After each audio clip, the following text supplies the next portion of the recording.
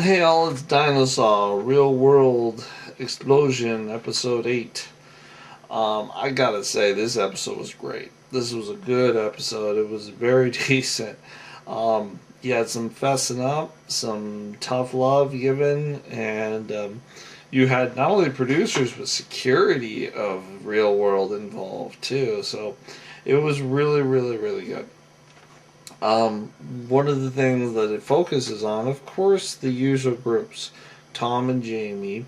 It also talks about Brian and Jenny. However, it also shows, I believe, the final takeoff of the pregnant one. She left. That Lauren, Corey's ex, went home, but it shows the Brooklyn guy and his girlfriend, or ex, I should say. Now, first let's talk about the famous Brian, Mr. Player. Now, this guy is ripped, and I admit, if for any guy to probably look at him and say, "Damn, I wish I looked that good." Yeah, it's just uh, haters maybe. It's hard to hate when you know he worked his ass off to get that belt. So, props to him on that. But but then later on he goes, well, I need to do like X, Y, and Z, or I need to do this, and then he says, I'm a player, and he gets the girl's phone number and he kisses her. So, but he's feeling bad right about now because he knows he's trying to be serious with Jenny, and Jenny's totally taken care of. So what he does is he comes up with a master plan to go Jenny to a public restaurant to tell her that he kissed this girl and got his phone numbers. Now here's the thing. All he did was kiss her. And he says he was drinking, he was out of control. He kissed her and got her phone number. Now here's the thing. This is genuinely a big violation of trust. Yes, as far as the serious relationship goes. But you also have a guy that's telling you what he did and what happened. And he's telling him because his conscience is bothering him. Because he wants to clear his conscience with you and to be honest 100% with you on what it is. Now, as Jenny normally reacted, as expected, she's pissed. And she said, one of the things she said, smart move, go to a public restaurant so I don't smack you in front of everyone.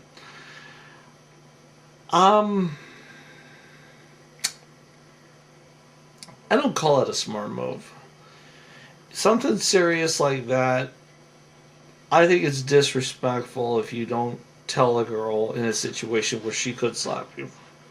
Because if you deserve to be slapped for just being a dumbass, then there's a reason why you should tell it in private. You shouldn't be telling it to her in a public area, all that, it's horrible. And I thought it was kind of tasteless on that. So basically she said, well, we need to break it off. And he's like, okay, we'll break it off on that. And, he goes to the gym. Now, somehow in this mix, he's gotten to be a little more friendly with Corey. With Corey, was just kind of like, whatever, you guys are crazy. I'm done with her, and she's done with me, and all that. And during the whole episode, these two would antagonize each other. But that's not the breaking point. The breaking point came from when he got upset at her and said, oh, yeah, you showed up here, you banged the first guy you see, you dumped in, I showed up, you banged me, then you dumped me, you dumb bitch. And, in some ways, he was right to say that. He was right to say that. Not as condescending, but just the fact that, what are you thinking? And it's not just this one incident. It's that when she was drunk dancing outside the street in the previous episode, and she's like, I'm just being me. And he's like, would you have some self-respect on that? And then here he is, he's feeling played, and here he felt honest. But the thing is maybe he shouldn't have used the term dumb bitch because he was the asshole that caused the breakup because he's the one who couldn't keep his testosterone in order so he wouldn't kiss the girl. It would have been a very different situation, I'm sure, if he was just, dancing, girls in front of him, girl saying, girl comes out of nowhere, smack. Hey, you could say, hey, I didn't know the girl, I don't have her phone number, it was out of the blue. I don't know on that. I think most people would accept that, shit like that happens on that. But he actually tried to be honest with her, and she totally turned it on him. So throughout the whole episode, you see this tension between the two, and he's like saying she's plotting something.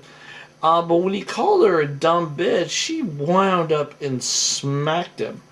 And that's just the beginning of this fight.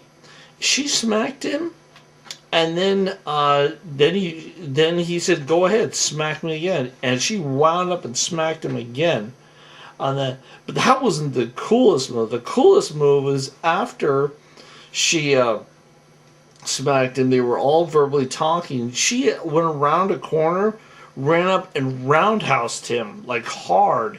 I think she missed him barely, but really, her foot just went really fast, and everyone was like, "Damn!" It's like if someone roundhoused me in the head, I'd be down. I'd never talk to them again, And she was quick about how she did it. Now, here's the thing: this was the other time the producer got involved in this, and I'm focusing on this because this fight was such a mess. On that, the producer got involved and told her, "Do you need to go to a hotel? Do you not feel safe here?" And she's like, "Look, I just need to go to bed. I need to go to de-mic me. I need to go to bed." And he says, "Okay, fine. We'll de-mic you." And she told the other guy, "You don't start shit. You leave it be." All right. And the guy moved out. Well, the next day when she gets up, they start going at it again a little bit, and then he wants Brian wants to get his stuff out of the room, and then she starts like throwing his stuff out, and he's like, "Listen to me, I'm not touching you. I want to get my things. I will be glad." He said, "Would you sit on your bed and I will get my things?" And you could see an anger in his eyes where he just wanted to kind of push her down. You can kind of see that, but he was just like, "I will get my things. You will sit on the bed. I will get them and get them out of here now." She said, "Go, move," and she kicked him out of her room. And now they have a problem where they don't have a bed, which I think they solved. Now, they solved this at the end of the bed, but we don't know whose bed or how that worked. It was probably, honestly, Lauren's bed who went home with pregnancy. But the bed's a bed there.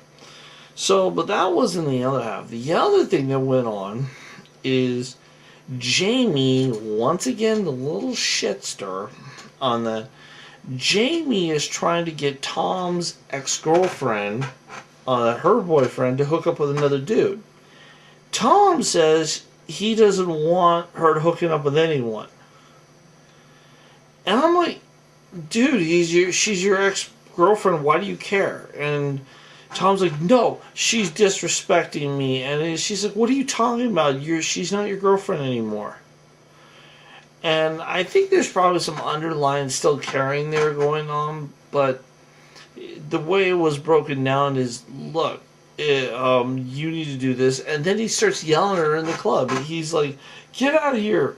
You ruined my life and everything." And this is all because of how she treated him as his ex. On that, in the previous instance, about lying about it, because he said he lost his virginity to her, and he said he wanted him to lose his virginity with another virgin, and that just didn't happen. Well, you know what? Stop crying. It doesn't happen for everyone. You just idiot on that. So he's like, poor me, and he's like, he has a girlfriend. But you know what? You picked this other girlfriend, and she's crazy. She's crazy in the West Virginia. She's shitty. Now we're getting into why. Okay, so now the Brooklyn guy has a conversation with his ex and Corey. He's like, "You know what? I think I'm the only couple here that's kind of normal, because we haven't gotten into fights or anything." Ding! MTV. No problem. We'll stick in Jamie. So they put Jamie in. And Jamie's like, "Well, you ought to just tell him the truth." So the Brooklyn guy is like going, "Well, he's like, well, of course I love her. What's the problem? He says, yeah, but you never gave her that title. I says, what difference does it make? We know each other. We've said it to each other. He's like, and she's like, well, it makes all the difference. You need to, be serious with it back. And he is getting so heated over this because he always like treated her as a friend on that and always felt like his girlfriend, but never officially announced it, never gave that title up because he didn't want to be held down like with family and friends. And with this kind of girl with their family history, that would totally happen. On that, I think we've all grown up with people or friends in lives or family friends that we know if we date that was someone that even though there's no relation on that whatsoever, if we know we do, it's going to have to be really long term on that without so a bloodbath doesn't occur on that. But in this particular one, not only they show Jamie do this. Jamie comes out and says, "Tell him you love him." And then Jamie starts to go, I'm going to speak for her because she's freaking out. She says, she truly loves you. And you are not respecting her by giving the thing. And the Brooklyn guy is like, how is this any of your business? Why are you involved? And then later on, he has a conversation with his ex going, why did you involve her? You didn't involve me. You involved her. Well, she's like, well, I don't know. You know what? I understand that when they say, I don't know. I was confused. I did something very stupid on that. And you're allowed a couple of those in your life. And that what I think the Brooklyn guy was kind of wrong is, and I don't know the whole history, is the girl that's crying for him is not bad. She's in some ways, she's very pretty. And, and even other people are like, what is the problem? What's really going on? And what he said is I don't want to hold myself down to this style of life, or I don't want to do this with let's see, where was I? Oh yeah, he's like on that, and our whole relationship just got burnt over 2 months, or no, 2 years plus years. Over in 10 minutes because you didn't tell me like what you were feeling on that. And it's like, dude, no, you need to calm down. If it's a decent girl and she's from a decent background and she was for that, your family loves her, you love her, but you're an idiot. You're just an idiot. You're just all you're looking for something which you're not going to get because of the way things bounce. So in this case, they didn't get anything, and that's just life. That's how it bounced, and that's the important thing. He had this girl, it didn't do anything, which was just tragic. And that's the other thing. And so Jamie, here's another example of her being a shitster, and here's another example with her and Tom, common drama, with everyone, and then the whole thing ends really like I mentioned earlier, of the old Brian, moving out and everything. But overall, the whole episode had to do with Brian and Jenny and the Brooklyn guy, and then the other little conflicts, not too many. On that, I thought the Brooklyn was fantastic, but that guy just needs to wake up. That girl's a good girl, from what I've seen and heard. On that, she seems to be good. Anyway, this is Dinosaur. I hope everyone has a good night. I'll talk to y'all later.